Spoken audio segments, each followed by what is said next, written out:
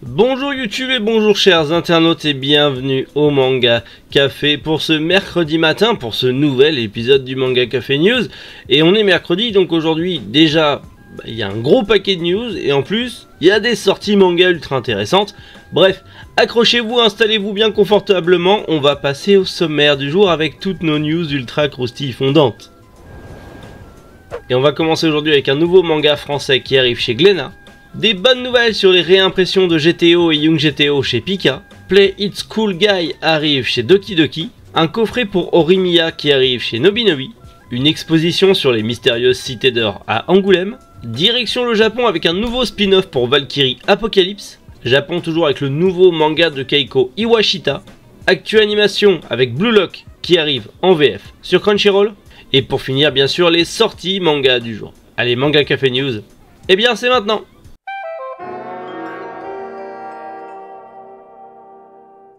Un nouveau manga français rentre dans l'écurie Glénat. Il s'agit de Red Flower par Just Louis. C'est prévu pour fin juin, enfin dès juin 2023, pardon. Pas fin juin, je sais pas pourquoi j'ai dit fin juin. Peut-être une prémonition comme ça en direct. C'est prévu pour juin 2023. C'est un manga français. Bon, j'en sais pas plus. Je me suis pas plus renseigné que ça parce que j'ai envie de me laisser un peu la surprise et voir de quoi ça recèle. En tout cas, le dessin me plaît bien, ça a l'air intéressant. Et si vous le connaissez déjà, n'hésitez pas à en parler en commentaire. Mais en tout cas, j'ai hâte de découvrir ça en juin chez Glénat.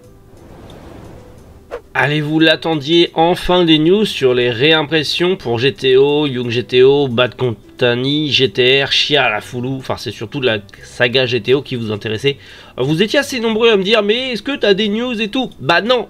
Mais là, on en a, enfin. Les tomes ont été livrés, donc ils sont commandables dans vos librairies dès demain et enfin dès aujourd'hui. Pour le coup, pour vous aujourd'hui, ça sera dès aujourd'hui. Vous pourrez les précommander ou les mettre de côté dans vos librairies et chez vos revendeurs. Donc les Young GTO, Bad Company, GTR et les premiers tomes de Chia la Foulou ont été livrés, c'est-à-dire que normalement ils sont en stock chez les revendeurs et en librairie, donc vous pourrez les commander. Personnellement, Young GTO, je me prendrai l'ancienne édition, mais Bad Company et GTR, je vais me les mettre de côté chez mon libraire instant demain, parce que clairement voilà, je les veux. Quand on voit les prix, voilà, ça va mettre une bonne cartouche tout simplement aux spéculateurs. Par contre, j'espère juste, au vu malheureusement des qualités papier actuelles à cause de la pénurie, qu'on n'aura pas un truc ultra transparent, ultra moche, ultra dégueu. Parce que du coup ça ferait un peu chier, parce que c'est vrai que beaucoup de réimpressions de séries déjà existantes sont sorties. Malheureusement c'est tellement la merde au niveau de l'industrie du papier qu'on arrivait avec des trucs papier à cigarette qu'on voyait tout à travers. Je pense à Ascension par exemple, et bien d'autres, hein, c'est pas le seul. Donc on croise les doigts. Enfin, je croise les doigts, vous croisez les doigts si vous avez envie, mais moi je croise les doigts. J'espère qu'on aura des bonnes réimpressions et des bonnes sorties, tout simplement. On en parlait justement, l'anime arrive sur Crunchyroll et le manga du coup va arriver aussi en France. Je vous disais, l'anime arrive, le manga pas encore. Si en fait, ça y est, ça arrive chez Doki Doki, mais pas pour tout de suite. Pas pour tout de suite, c'est prévu pour le 8 mars 2023, la veille de mon anniversaire, dis donc. C'est plutôt cool. Et voilà, c'est prévu pour le 8 mars 2023. Le manga sera en couleur. Alors, j'espère sur papier glacé, mais le manga sera en couleur. Et il coûtera 11,91 € le tome. Bon, écoutez, c'est plutôt cool qu'il soit en couleur. Je pense qu'au Japon aussi il doit être en couleur, c'est pour ça qu'il est en couleur en France. Mais c'est plutôt cool. Dans tous les cas, je vous l'ai dit, l'anime a commencé sur Crunchyroll. Le manga lui arrivera en mars 2023 en couleur. C'est plutôt cool. Et de quoi ça parle? En gros, on va y suivre un groupe de potes hyper beau gosse, hyper stylé, tout ça, mais ils sont ultra maladroits, ultra tête en l'air. Donc ils essayent de rester cool, mais c'est difficile. Ça a l'air d'être un manga humoristique. À voir. Bon, moi personnellement ça me tente pas, mais par curiosité je regarderai l'animé. Peut-être que le manga me tentera du coup. J'ai jusqu'à mars pour réfléchir et vous aussi. En tous les cas, si jamais vous voulez découvrir, comme je vous l'ai dit, sur Crunchyroll, il y a déjà l'animé. Vous pourrez déjà vous faire une petite idée de ce que ça va donner en manga. il y aura un coffret pour Horimiya chez Nobinobi. C'est prévu pour le 9 novembre au prix de 21,60 €, le prix des 3 premiers tomes, puisque c'est le coffret des 3 premiers tomes. En gros, vous payez comme si vous achetiez les 3 tomes séparément. Donc en gros, le coffret vous est offert, ce qui est plutôt cool en vrai. Et du coup, ce coffret donc sera là aussi pour fêter les fêtes de fin d'année. Si vous ne connaissez pas Horimiya, c'est un manga assez connu, que ce soit par son animé ou autre. En gros, le beau mec plein de piercings ou autre, et la nana très populaire qui se rencontrent, qui au final sont dans le même lycée, mais genre dans le lycée ils ressemblent pas du tout à ce qu'ils ressemblent dans la vraie vie, donc particulier. Voilà, c'est un manga de romance, c'est pas du tout ma cam, mais ça a son succès. Et donc si vous vouliez découvrir, je vous l'ai dit, le 9 novembre, vous aurez le coffret découverte avec les 3 premiers tomes chez Nobinobi. Si vous aussi vous avez suivi les aventures d'Esteban, Zia et Tao étant petits ou moins petits, eh bien en tout cas dites-vous qu'il y a une exposition sur les mystérieuses cités d'or à Angoulême. C'est actuellement, en ce moment, hein, c'est pas pour le festival de la BD, c'est en ce moment à Angoulême. C'est d'ailleurs jusqu'au 31 décembre, donc vous avez quand même le temps de pouvoir y aller. C'est pour fêter les 40 ans des mystérieuses cités d'or, mais ça parle surtout de, on va dire, les saisons modernes. Vous savez, il y a eu un remake animé qui est sorti il n'y a pas très longtemps, enfin il y a quelques années déjà maintenant, mais en gros on va parler de la réadaptation de l'animé mais en moderne, et vous allez voir donc en fait toute une exposition ludique et didactique sur ce nouvel animé, sur les gens qui ont travaillé dessus. C'est plutôt cool, et du coup je vous donne l'adresse, c'est au quai Magélie, donc quai de la Charente, 3 rue de la Charente à Angoulême. Voilà, vous avez tous les horaires, je vous laisse faire pause si jamais vous avez besoin, mais je trouve ça cool, je trouve ça très cool. Personnellement c'est une série qui a tellement marqué mon enfance, et j'ai regardé cette nouvelle série avec mes enfants en mode oh, ça va être encore un énième remake bidon, et bah pas du tout, c'est vachement cool, et on sent la passion et le fan service derrière, et ça me va beaucoup très bien. Donc ouais, c'est dommage que je ne puisse pas aller à Angoulême parce que j'habite pas à côté, mais j'aurais bien aimé y aller avec mes enfants, ça aurait été plutôt cool. Donc franchement, si vous savez pas quoi faire un week-end ou quoi avant la fin décembre, petite sortie en famille comme ça, c'est plutôt cool, et vive la nostalgie.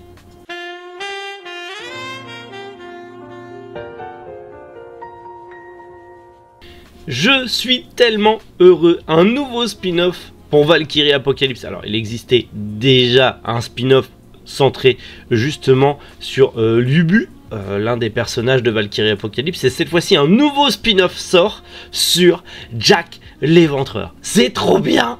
J'adore tellement. Bon, déjà j'aime beaucoup les histoires centrées, Sherlock Holmes, Jack l'Éventreur, tout ça. Oui, j'ai un problème au casque, mais c'est pas nouveau. Mais Jack l'Éventreur dans Valkyrie Apocalypse, il est ultra stylé. Les animés only ne sont pas prêts. En tout cas, en plus, c'est Keita Iizuka, donc le dessinateur de Gantz G, qui est à l'œuvre. C'est trop bien. Ça va être incroyable. Malheureusement, comme je vous l'ai dit, actu japonaise, donc c'est en pré-publication japonaise dans le comics Zenon de Comics. Est-ce que ça arrivera en France? Kiyun, sortez-nous les... Alors, déjà, c'est très cool d'avoir sorti Valkyrie Apocalypse, mais sortez-nous les 2 spin-offs, du coup. Hein, j'espère que vous allez nous les sortir très bientôt. Ça serait très cool. On croise les doigts. Mais j'espère vraiment qu'on aura ces spin-offs en France. Et chez Kiyun. Parce que ça va être beaucoup trop bien. Et je vous dis, si vous avez aimé l'animé, lisez le manga. C'est juste... c'est monstrueux. C'est la grosse bagarre, comme on l'aime. Donc, lisez le manga. J'ai oublié de changer de scène, mais c'est pas grave. Japon, toujours Keiko Iwashita arrive avec un nouveau manga en pré-publication. Vous la connaissez peut-être pour Une si belle couleur, ou plus récemment mon colloque d'enfer chez Pika. Eh bien, elle revient avec un nouveau manga, une nouvelle romance entre une jeune fille, voilà, une jeune artiste, et un chanteur de groupe de rock. Incroyable, beau gosse et tout. Petite histoire d'amour qui va arriver. Du coup, c'est en pré-publication dans le magazine Désert de Kodansha. En plus, il y a une petite page couleur qui est, ma foi, vraiment pas dégueulasse. Genre, un petit poster comme ça dans une édition collector pour fêter la sortie du manga en France. Pika, si vous passez par là, notez-le, ça peut être intéressant. Je pense que les fans seraient contents. De toute façon, il y a du rock, donc le rock c'est la vie, donc c'est beaucoup trop bien. Mais c'est plutôt cool. Alors, bien sûr, comme d'hab, là j'ai pas oublié de changer de scène. Comme d'hab, c'est une pré-publication japonaise, donc pas de date en France, blablabla. Bla bla, vous connaissez la chanson, mais qui sait, en 2023, je vais peut-être vous annoncer que ça arrive chez Pika. En tout cas, je l'espère pour vous. Parce que ça a l'air d'être assez cool et je sais qu'il y a un public qui va adorer ce manga.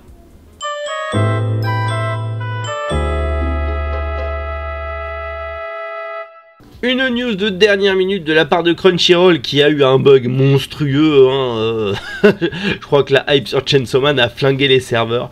Mais en tout cas, Blue Lock arrive en VF. Alors déjà, Chainsaw Man arrive en VF. Déjà, c'est monstrueux. Mais en plus de ça, dès samedi, il y aura le premier épisode de Blue Lock en VF. Trop bien pour les VF only. Vous avez Chainsaw Man, vous avez Blue Lock. Donc là, Crunchyroll, niveau animation, vous bossez bien quand même. Hein, vous bossez bien, vous savez qu'il y a des gens qui regardent que en VF et vous vous dites faut pas qu'ils loupent les animés de saison pour pas être trop dédommagés par rapport aux autres. Non, il y a du taf, on reconnaît quand même qu'il y a un truc.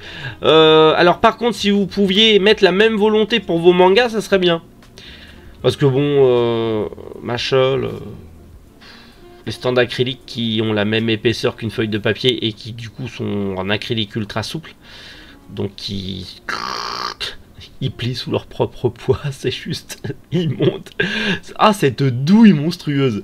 Bref, je vais arrêter parce qu'il y en a qui vont encore pleurer comme quoi je m'acharne sur Crunchyroll, mais si j'ai envie de tirer sur l'ambulance en panne au milieu du rond-point, je tire sur l'ambulance en panne au milieu du rond-point. Point. Oui.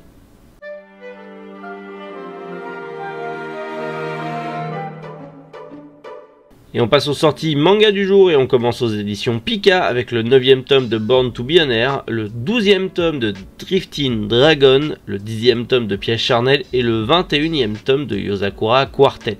On passe chez Glénat avec le premier tome de Chujin X, le 22e tome de Dr Stone, le premier tome Les Saisons d'Ogishima, le 3e tome de La Perfecte de Evangelion et le coffret intégral de Tokyo Ghoul. Petite sortie chez Nobinobi avec le 17e tome de Shine.